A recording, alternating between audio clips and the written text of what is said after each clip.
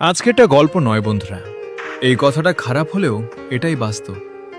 বলছি শোনো, একটা মেয়ে জীবন থেকে চলে গেছে বলে অনেকেই ভেবে নাও যে পৃথিবী থমকে গেছে, মরে গেলেই হয়তো সব যন্ত্রণা শেষ। তুচ্ছ সব বিষয় নিয়ে মাথায় দুশ্চিন্তার পাহাড় জমা। প্রিয় মানুষটির ছেড়ে যাওয়ার কষ্টে নিজেকে নেশার ঘরে ভাসিয়ে দাও, তার স্মৃতি মুছতে কত হাহাকার করো। কিন্তু একবারের জন্য কি মায়ের মুখের দিকে তাকিয়েছ? যে মা তোমাকে 10 মাস 10 দিন গর্ভে ধারণ করে সীমাহীন কষ্ট সহ্য করেছেন, যে মা নিজের সব নিঃশেষ করে তোমাকে এই সুন্দর পৃথিবীর আলো দেখিয়েছেন, সেই মায়ের ভালোবাসার চেয়ে অন্য মায়ের মেয়ের চলে যাওয়াটা তোমার কাছে বড় হয়ে গেল। তুমি যার জন্য কেঁদে ভাসাচ্ছ, তার কাছে হয়তো তুমি স্রেফ একটা বিকল্প বা অপশন ছিলে মাত্র।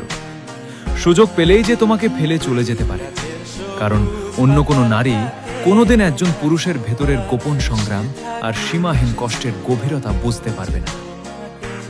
আজ যে বিচ্ছেদের যন্ত্রণাকে তুমি পাহাড় সম মনে করছো, একটু ভেবে দেখো তো, এটা কি সত্যিই জীবনের সব?